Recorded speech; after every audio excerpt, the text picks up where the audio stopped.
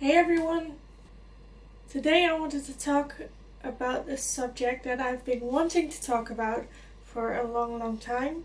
I just didn't really know how to talk about it. So I've written it out quite a couple of times, but always found something that I didn't like about it. So today is gonna be the last day that I'm gonna try it. We'll see what it turns out to be. If this will get uploaded or not. So I grabbed some tea because it's gonna be a long video. So let's get to it. So today I wanted to talk about my story, and I guess by the title of the video you already know what it's about. So yeah, today I wanted to talk about my depression.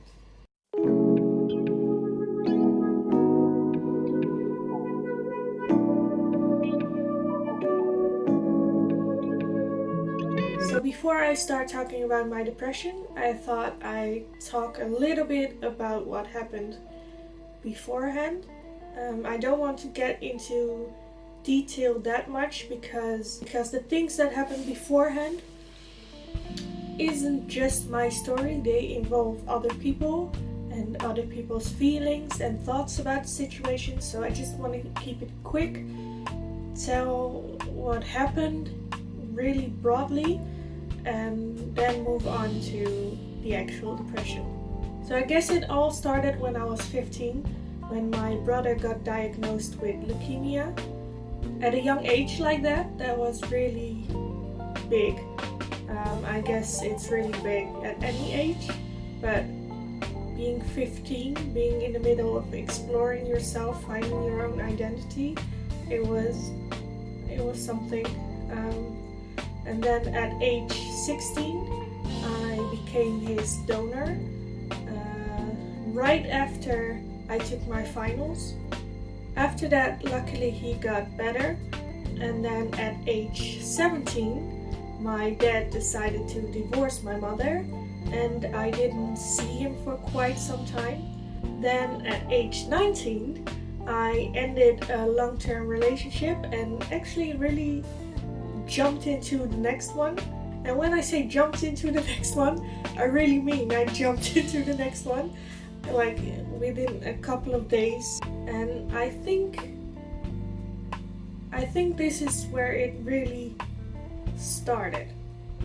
So I was 19 when I got into the relationship. I was 21 when we decided to buy a house. And I think this is where my depression really took form and really to show itself. At the time I didn't really know what was going on. I thought it was normal. We were told after everything that we would have to get back into a normal life, whatever that may be, and try to get back on track with it. Pretty much like nothing had happened. At that point, it actually looked like things were steadily getting better. I don't know really at what point exactly, but it had to happen like I think a couple of months after we bought the house and lived together, that things just didn't matter as much to me. They never taught me what depression was, how it felt like, how you can recognize it, or what to do about it. So I had no idea. To me, the feeling I had was just normal. That's how you're supposed to feel, that's life, and you have to deal with it. So let me explain to you what depression felt like for me. To me, it felt like this big black hole inside my chest and my stomach, and it gave out these pulses of negative energy. I think it just slowly got worse. It happened over time, and I got used to it. And then at some point I even started to like it. I liked the feeling, I liked I felt like I deserved the pain, and I accepted it and literally folded around it at some point, at my worst point. So that's what happened, like on the inside of me, like this big black hole that's just eating away at me, and I'm letting it. I'm not doing anything whatsoever to stop it. So that's what happened inside. Now what happened outside of my body is I didn't want to go outside. I didn't want to socialize if it wasn't absolutely necessary. And then at some point, even when it was necessary, like when there was a birthday or something, I just didn't want to go. I didn't want to leave the house. I didn't have the energy. I just didn't want to. And then when I did go outside to the birthday party or whatever it was always with a fight with myself, but also with my boyfriend at the time. And then of course, because of that, I didn't have a lot of friends or social life, and even my family I didn't see a lot. So this building up over a couple of months really took a toll on everything in my life. And then the scariest part of it all is that I didn't want to change it. I thought it was fine, it was okay. I could have literally grow old with this feeling.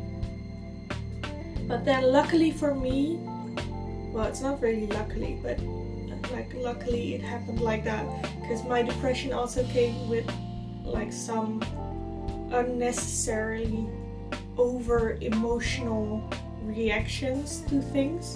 So I would get angry like over nothing in like 2 seconds. Like it made no sense whatsoever, but that's just my automatic reaction to everything, because I didn't know how to deal with anything, and I'd let this gaping hole inside my body lead my life.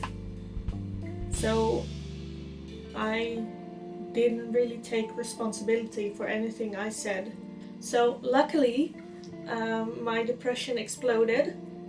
It did during a family holiday, which is always nice. And to be honest, I don't even know what it was about.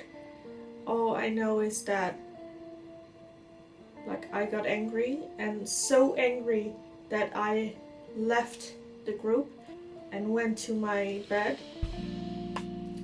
And all I remember is just crying my eyes out. And then my mother walking in asking me like, what's the matter, what's going on? And all I could answer was, I don't know. Why I was reacting this way, why I was feeling this way, what I was feeling. Yeah, I just didn't know, because I've let this depression make all the decisions for me. So I didn't know what was going on anymore. My mother asked me if I wanted to get some help, and that she thought that I should, and so I did, because I didn't know. And I thought to myself, well, she's my mother, she loves me, she wants what's best for me, so I should probably get some help. And so I did. So I had this intake conversation with a psychologist, and she told me she could help me, and that was really, it was like a breath of fresh air. And it was like, okay, so there is something wrong with me, but it's fixable, and we're gonna work on it. And I got like a support system back home, so it'll be good. But that's not it, because of course, with my life, something will always work against me. And at the time, because of this situations that happens next, it really made me think, do I want to do this? Do I really, really want it? Because at that point, I've been knocked down so many times that I was actually contemplating just to like stay down, not try to get back up again, because the fall down just hurts so much. So what happened after the intake conversation, like a couple of days after, my boyfriend at the time, like obviously we've been struggling, living with someone with a depression isn't easy, and it's bound to get like frustrating and just tired. So I get it, like I get the feeling, but to me it just looked like fuck. So what happened, me and my boyfriend broke up. A couple of days after the intake, he told me he didn't see a future and he didn't want to wait and hope for the best. And that's okay, and that was totally fine. It just, to me at the time, felt like a big move to do, leaving me in the situation that I was in. Not that it was his problem to fix, definitely not, but like leaving me at the moment I needed support the most at the time felt like a big move to do. So yes, I moved back with my mother while we had to sell the house. Spoiler alert, it took a year for the house to get sold, so I was stuck with him for a year, which sucked on its own level, but that has nothing to do with depression, so let's get back. So I had my first session with a lot more baggage than I did with the intake, which I didn't thought was possible, but apparently, like, that happens to me. So, first session over, I cried my eyes out, obviously, because, like, therapy. At that time I was like, okay, fuck it, I don't care, I'm gonna do this. I'm gonna show everyone that I can do it, and fuck everyone else. And it really did help. And after those treatments, I was like checked off as mentally healthy, whatever the hell that may be. And yeah, they told me to get back to a normal life. So after that, I got back to work and do my usual thing. But after a year, I still felt like there was something wrong. I was really trying and working hard, but I could feel that there was still, like, it wasn't normal or how it was supposed to be. So I went back to the place and I spoke with a different psychologist, but I told them how I felt and that I thought I needed help or I wanted help with it, because I didn't know how to go about it. And then I was plainly rejected for help, for anything. They were like, no, yeah, sorry, can help you. Bye, have a good day. So I was a bit like,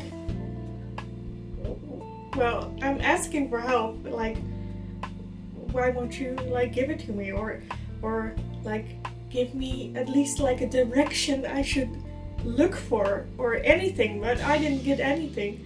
So yeah, that was fun. So after that I kind of felt lost. I was like, okay, I'm pretty sure there's something I need help with. I just don't know what it is and where to go or what to do.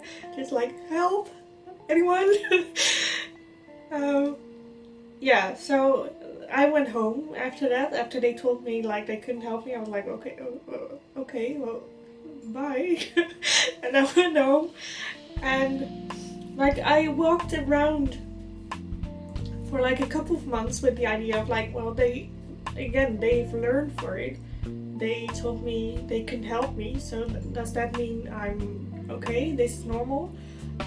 So that's a couple of months, but then I figured I just couldn't fathom the idea that people woke up every day with this feeling I had and think I'm gonna rock this world today.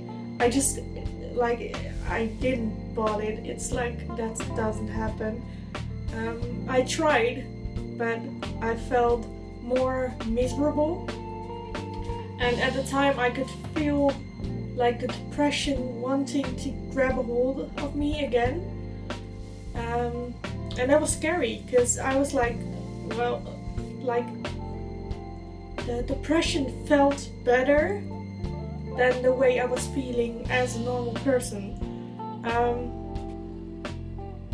Because that was also the time where I started wondering, like, okay, then if this is it for me, like if this is how I'm supposed to feel for the rest of my life, do I want to? Do I want to feel like this?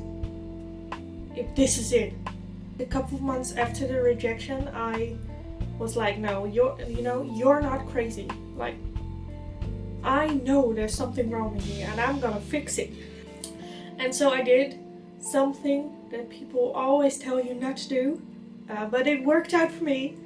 It's just like a very edgy thing to do. So I googled. I got my computer out. I was like, I'm gonna fix this and I'm gonna fix this now. But at some point anyways, I found a life coach fairly near where I lived. So, and it didn't seem as like hippie-like as many of the other things I saw.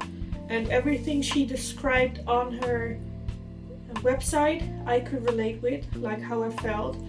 So I was like, okay, well, she sounds like very down to earth. And so in like this whim of excitement, and I'm like, I signed in, and like 5 minutes after I was like, oh my god, what did I do? Now I actually have to go.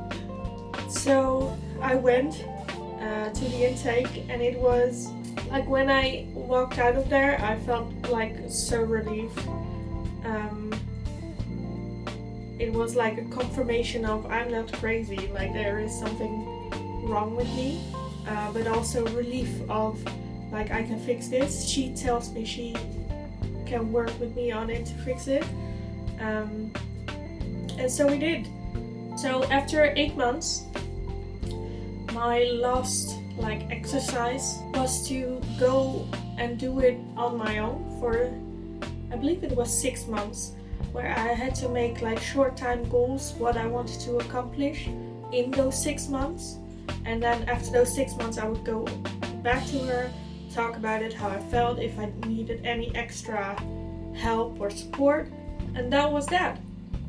The life coaching ended in 2017, and I was 27 at the time.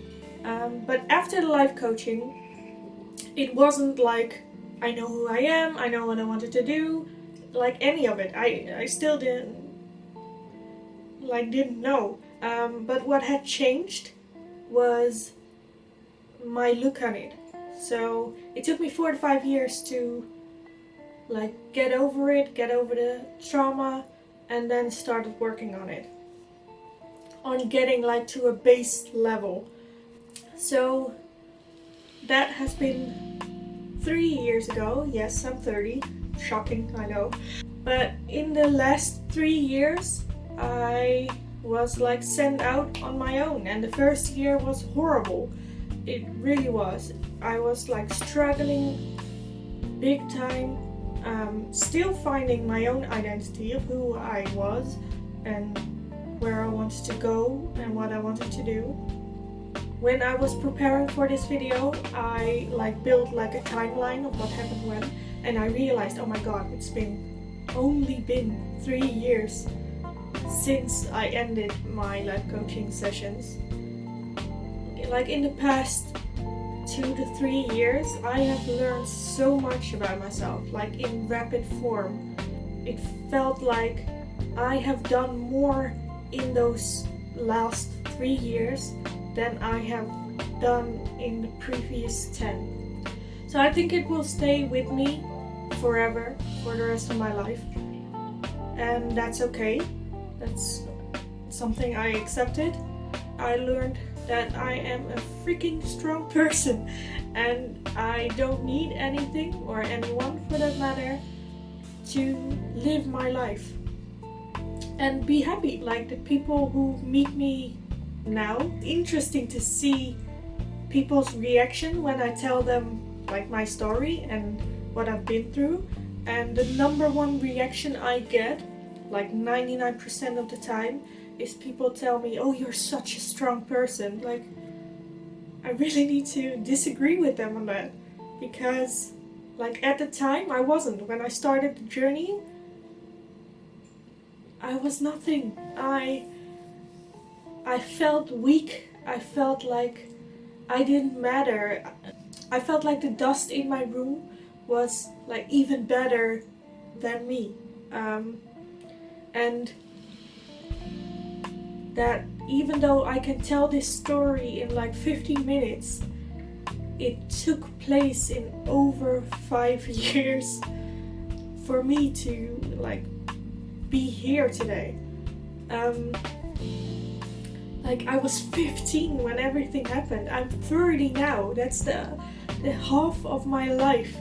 You don't go from here to here in like one step. Like that took 5 years for me. And then this is like base level. Like it took another 3 years to get to where I am today. So it hasn't been easy, and it wasn't because I was strong. I have wanted to give up more times than I can remember. I guess it's not because I'm a strong person. It was because I'm so damn stubborn that I wasn't gonna give up.